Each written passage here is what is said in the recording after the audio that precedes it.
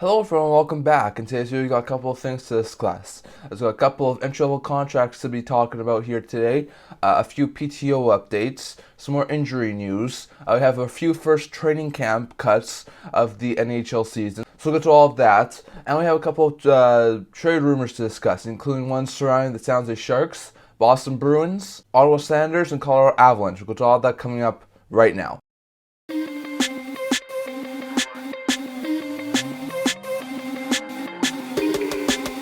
Hello everyone, welcome back to another video here at the N10 Hockey Channel. As usual, I'm going to kick things off today by discussing a couple of signings that have happened over the past couple of days.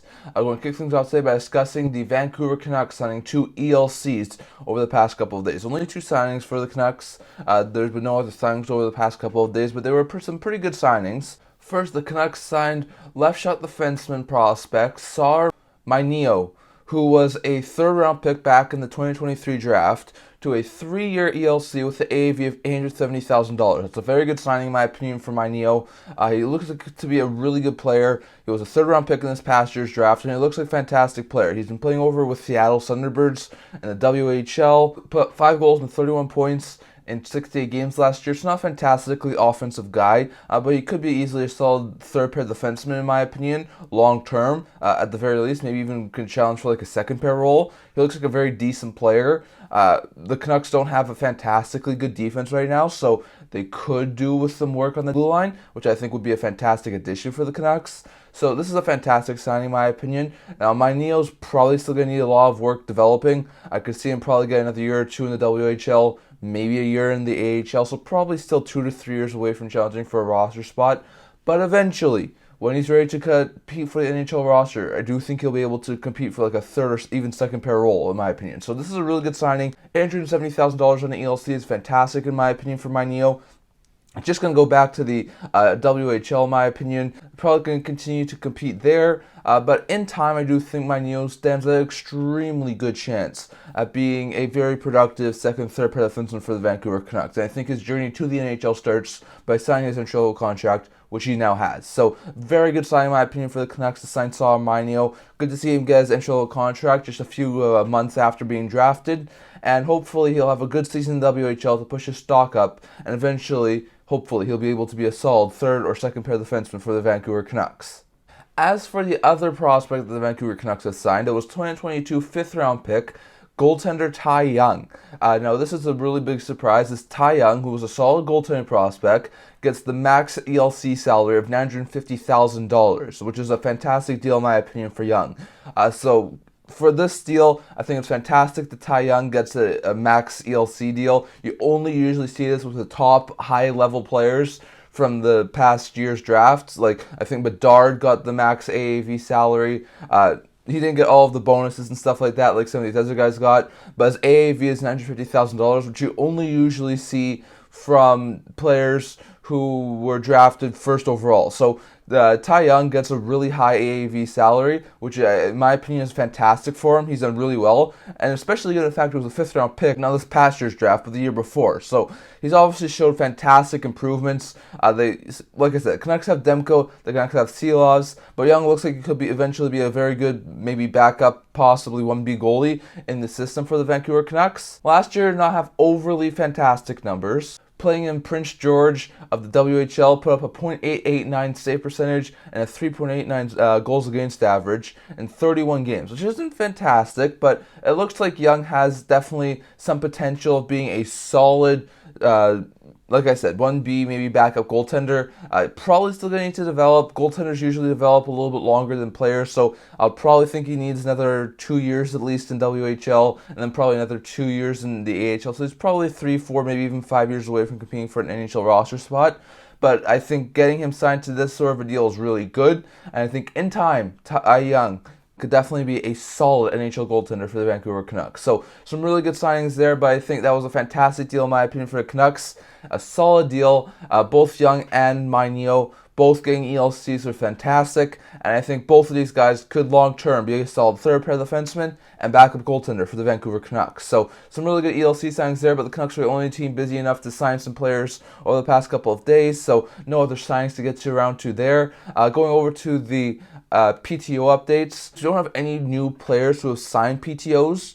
but we do have a couple of guys who have been let go of their PTOs. So now we know that there's about 45 to 50 PTOs right now. Last year there was 41, so it's a little bit more than last year, but you don't usually see all of the players who go on PTOs turn their PTOs into a two-way NHL contract. You usually see a handful of them, maybe a quarter. So you could probably see it this year, maybe 11, 12, maybe 13 turn their things into PTOs, and not all of them will turn them into a PTO right away. You'll only usually see about 8 or 9, in my opinion, will probably be able to turn their PTOs right away into NHL two-way contracts. So you're not going to see everyone who signed a PTO turn their PTO into a two-way NHL contract. It's just not going to happen. So we have had 3 players who were going to camp on PTOs who have now been cut and let go of their PTOs. First was Saku Manalainen. I forgot to mention him. He did not pass his physical when they were heading to training camp, so he was immediately let go by the Colorado Avalanche. So the Bomb 6'4" from Winnipeg last year was not able to pass his physical, didn't go to camp on a PTO. There's a possibility maybe he could go to camp with another team, but I highly doubt it. And I would expect Manalainen is more likely at this point in time to probably go overseas than to sign with an NHL team. And I think that PTO is probably his last opportunity to probably get a solid Bomb 6 option. And with him not passing his physical, him getting let go of a PTO, I really do think that this could be the end for Manalainen in the NHL, at least for a time being. So that was a really bad one. And then 2 players were cut from their PTOs. Not too surprised that these guys were cut. A couple of days ago, the Columbus Blue Jackets cut Nathan Schnarr off their roster, and he's been cut from a PTO. And then the day later, the Detroit Red Wings cut Cameron Hillis off from his PTO. So not too surprising there. These guys are more 2 top 6 AHL forwards. They're more depth forwards. So I'm not overly shocked both of these guys didn't get NHL two-way contracts. I would expect they could possibly get AHL only deals from other teams, or maybe they go back to free agency, maybe wait for possibly another opportunity to arise with maybe some injuries. So it's going to be interesting to see, but I'm not overly shocked that Schnarr in Columbus and Hillis in Detroit did not make the roster, did not get a two-way contract. So I'm not overly shocked there, and I do think that it was more than likely probably going to happen that both of those guys are not going to make the NHL roster. So, like I said, no PTO updates, as there have been no PTO additions. I think we basically got all of our PTO additions now that we're in training camp. But at this point in time, we have started to get the first PTO cuts. So Hillis, Schnarr, and Manalainen have all been cut by the NHL teams and are not in training camp anymore with their teams. So going to be interesting to see what happens with those guys, but that's the PTO update. Going over to a few injury notes here. As we talked about last week, give you a handful of injury updates. There have been a couple since then. Ryan Hartman, who we did say was day-to-day with an injury, has been cleared to play, so he should hopefully be back in the next couple of days. Nikolai Ehlers is currently dealing with a neck injury that's keeping him out day-to-day right now. One of the Carolina Hurricanes prospects, Vasily Ponomarov, has a day-to-day with a knee injury. A couple of other guys who are injured right now. Joel Edmondson has an upper body injury for the Washington Capitals. He's out for an unknown period of time at this point in time. The Philadelphia Flyers have Travis Konechny, who has an undisclosed injury and is out day-to-day. The Tampa Bay Lightning have Vasilevsky, who's currently out day-to-day right now with an undisclosed injury. That's a little bit concerning given the fact of how big Vasilevsky is going to be for the Bolts this year. Hopefully it's not too bad of an injury. Mika Zibanejad left one of the Rangers practices a couple days ago holding his arm. It didn't look very good, but at this current point in time, his upper body injury is out day-to-day, so hopefully he's not going to be out for an overly long period of time. The Rangers also lost Brennan Othmann to an upper body injury. He was out day-to-day with an injury, but has been since cleared to play, so hopefully, so that's really good news for Othmann. Hopefully he's not out for an overly long period of time. There were a couple of games in the preseason. We'll get to that in a second. But a couple of players in Damon Hunt in Minnesota and Trevor Van Riemsdyk in Washington both left the games. I think Trevor Van Riemsdyk blocked a shot on the wrist. Damon Hunt took a big hit. Both left the games, did not return. But Hunt has an upper body injury and is out for an unknown period of time. Trevor Van Riemsdyk is out with an undisclosed injury for an unknown period of time. So hopefully they're not out for an overly long period of time. They're not serious injuries. I know leaving the game, it wasn't really concerning for those teams. So hopefully it's not really importantly big injury updates there. The Flyers have Cam Atkinson, who's out with a lower body injury right now, and he's day-to-day. Mark Pysyk, who's on a PTO with Pittsburgh, has a lower body injury. He's out for an unknown period of time. Chicago Blackhawk defenseman Alex Vlasic's out with a face injury, out day-to-day right now. The Jackets, Kirill Marchenko has now been cleared to play.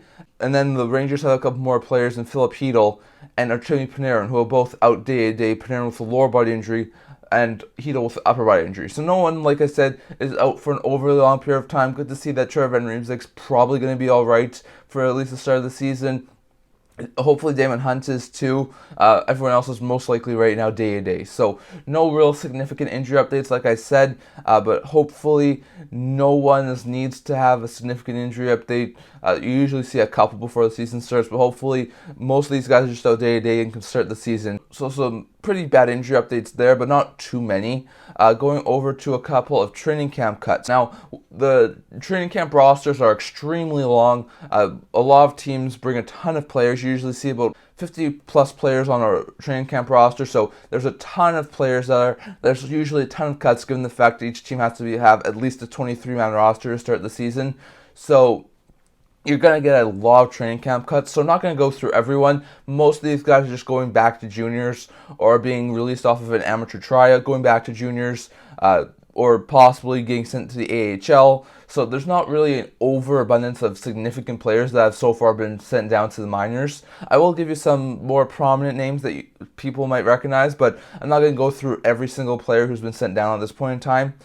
First, one of the Buffalo Sabres picks from this past draft, Scott Ratzlaff, who was a very good goalie prospect, has been sent down back to the WHL. A couple of players who were taken in this year's draft as well for Columbus, and Tyler Pedal and Luca Pinelli, who are both pretty good prospects, were sent back to their junior teams. The Seattle Kraken sent Kane Price back to the WHL.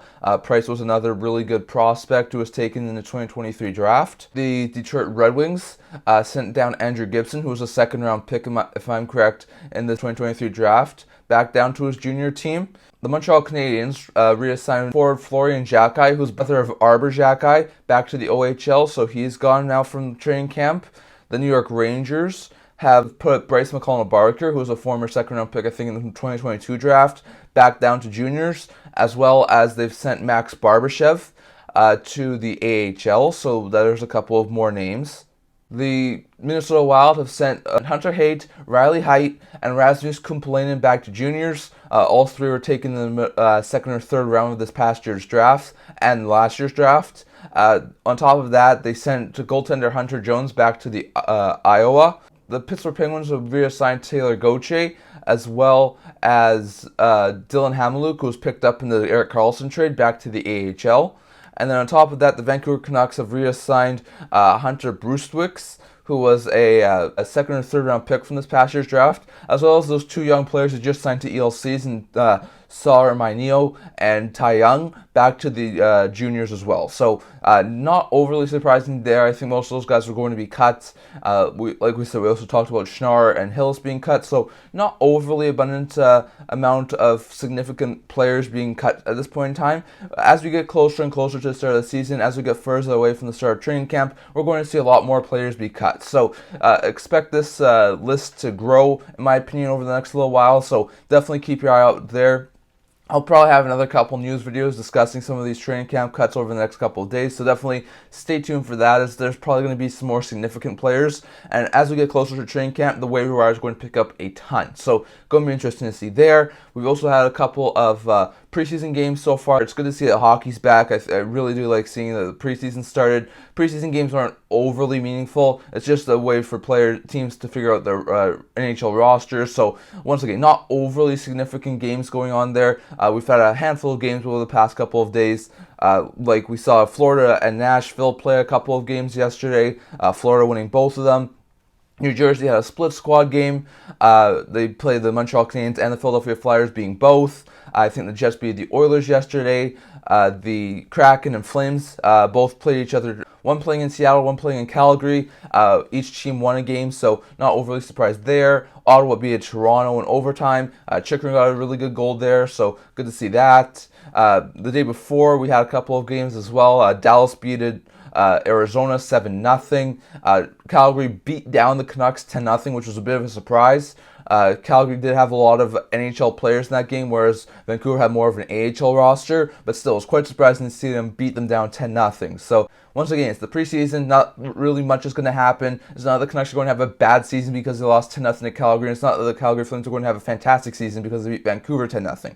But still, it's a really interesting score. The Jackets and Penguins both played each other twice in a split squad game. Both teams, I think, won. The Sharks beat the Golden Knights.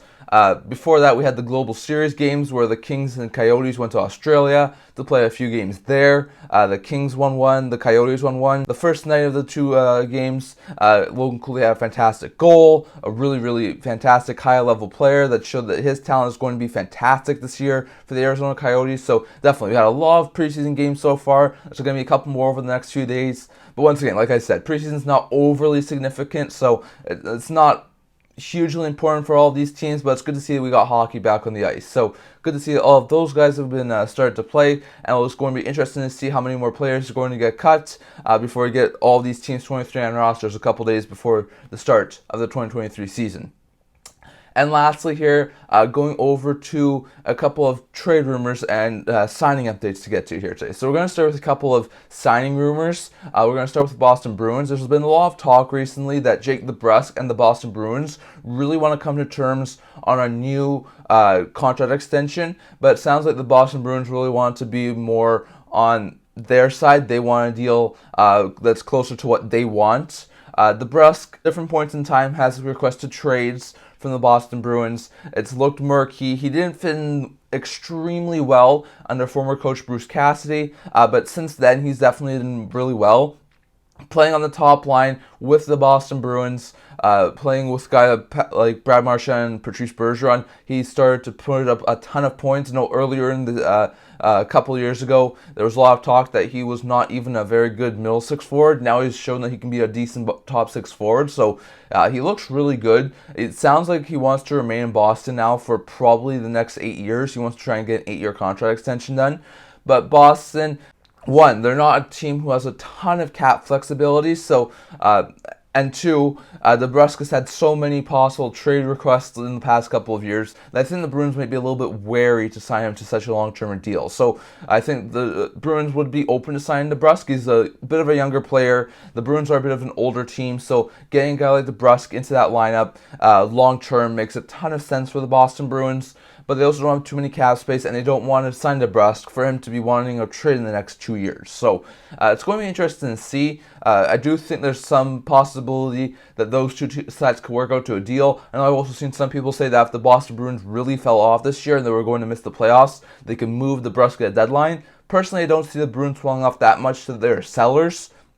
It's a possibility, and if they are, I could see him possibly move DeBrusk, but I think it's a lot more likely that instead of moving DeBrusk, the Boston Bruins wind up signing him. I'm not sure if he'll get an 8-year deal. I think it could be something more closer to like 4 or 5 if he was to extend. But DeBrusk is a really talented young player. He's shown the past couple of years he can be a good top 6 forward. So I wouldn't be overly shocked if Boston did wind up signing DeBrusk to a new NHL contract after this year. I'm not sure if they'll happen before the season or during the season. They may wait until after the season. But DeBrusk is a really good young player. He's been really well in the top 6 over the past couple of years. I do think there's an opportunity there for those two sides to work out together to complete a deal, but it's going to be interesting to see, as I think that unless Boston can get the DeBrusk on deal that they really like, they may wind up letting him go as a free agent. So going to be interesting to see there. Talking to some reporters, San Jose Sharks GM Girard has said that he'd be open to re-signing forwards Alex Barabanov and newly acquired Anthony Duclair. Now we know the Sharks have a ton of players who are entering the final year of their contracts, including guys like Mike Hoffman, Barabanov, Duclair, amongst others. So there's a lot of possibility that with the Sharks being a team who's looking to move players, another guy comes to mind will be Labanc. So if the Sharks looking to move a couple of players, possibly at the deadline, given the fact they'll most likely be a bottom-dwelling team, it does make a ton of sense that they could try and move some players who are in the final year of their contracts.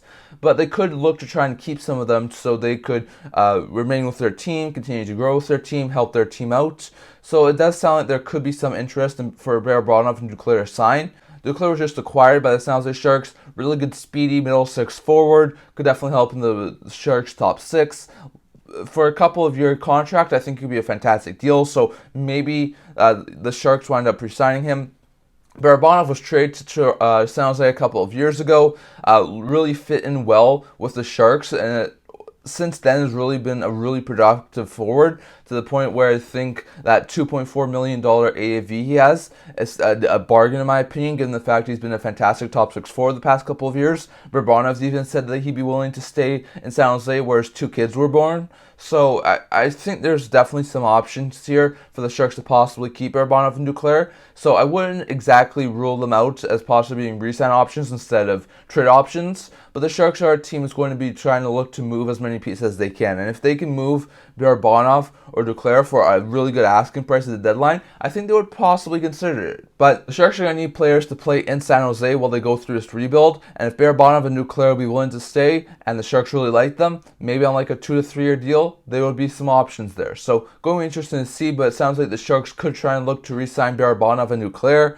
Going over to the Colorado Avalanche, there's been a lot of talk recently on social media saying that the Colorado Avalanche and Calgary Flames may wind up hooking up on a deal. Both those teams have been linked for the last little while. There's been a lot of talk recently that said that with the Avalanche needing a goaltender, they could look to Dan Vladar. There's been a lot of speculations that have picked up ever since the Smith trade to Vancouver. So it's going to be interesting to see if Vladar gets traded, but this would be more of an in-season trade. We know that the Colorado Avalanche want to sign Devon Taves. Devon Taves wants to remain with the Colorado Avalanche. He's one of the better pending UFA defensemen in this year's free agent class. He would be a huge player on the open market. I could see him hit at least $7, if not $8 or $9 million on the open market. So he'll probably have to take a little bit of a discount if he wants to remain with Colorado. I could definitely see the Avs sign him to like a $7.5, $8 million deal, somewhere around there, to keep him with the Avalanche. But they're not going to have enough cap space after this year to have him on the books. So if they're going to sign Taves to a contract extension for next year, they're going to need to clear some cap space. Now, Girard is a prime candidate. The Avalanche's top 4, if they do keep Taves, is Taves, Makar, Byram, and Manson. Girard is their 5th defenseman. He's a very fantastic third-pair defenseman on the Avalanche, but he's making $5 million. A $5 million third-pair defenseman is not something that's overly ideal. They can definitely get a replacement for Girard for like $2-3 million at the best. They can even get a guy who's more suited to be like a third-pair defenseman. So I could see that Girard possibly be moved. So if the Avalanche are keeping Taves, Girard isn't an extremely likely candidate to be moved by the Avalanche, in my opinion. He's making over $5 million. He's more of a third-pair defenseman at this point in time. He could help another team's top 4, and he's a really good puck-moving defenseman. He's also a very smooth skater. So there'll be a lot of teams interested in Girard. So the reasoning here is that the Avs moved Girard to the Calgary Flames in exchange for Michael Backlund. There's been a lot of talk this offseason that the Avalanche have had some interest in Michael Backlund. If the Flames are not doing overly well towards the trade deadline, they could move Backlund if he hasn't been signed to an extension yet to trying to recoup some assets. Backlund is a fantastic second, third line center on the Avalanche. That could be a really big improvement. And he's in the final year of his deal, so if they were to sign Taves, it wouldn't hurt their cap space for next year. This could be a fantastic deal in my opinion. The Flames, who could lose Hanifin, could lose Shillington, who are good puck-moving defensemen. They get a puck-moving defenseman who could work in their top 4. Girard will get a bigger role in Calgary, in my opinion, if they were to move on from Hanifin. So Girard will be a fantastic addition for the Calgary Flames on their blue line, especially given how many players are in the final year of their deals right now. The Avalanche get Backlund, who will be a good second, third line center. They've had interest in them over the past little while. Could definitely help that team. So there's a lot of upside there for the Avalanche to get Backlund. And on top of that, there could be some other pieces in there. Maybe if the Avs are still having some possible goaltending troubles closer to the deadline, maybe they include Dan Vladar in this. Maybe there's some other pieces that work around there. I don't think it would just be Backlund for Girard. It would definitely be some other pieces, but that would be the basis of the deal. So definitely, I'd love to hear what you think down in the comments. Would that work for both those sides? Would the Avs acquiring a puck-moving defenseman like Girard help the team? And would the Avs acquiring a second, third-line center like Backlund closer to the deadline, if he's not signed to an extension, help their team? Definitely. Love to hear your thoughts down in the comments. And lastly, we're going to talk about the Ottawa Senators. There's been a lot of talk over the past little while that Shane Pinto is still looking to be signed to his new deal. Michael Andlauer, who is now officially the owner of the Ottawa Senators. It happened last week. We know this was coming. Andlauer is now the official owner of the Senators. It was officially named, I think, late last week. So he's now got all the say in the organization. He was asked about the Pinto situation and said that it's good that the Senators have a cap team now where they have some cap problems where they haven't in the past couple of years. But it is a problem that they're having right now because they really do need to sign Pinto. So there's been a lot of speculation. I've seen a couple of reports over the weekend saying that the most likely scenario is still Mathieu Joseph possibly being moved, but teams are asking for a first-round pick in taking on Mathieu Joseph.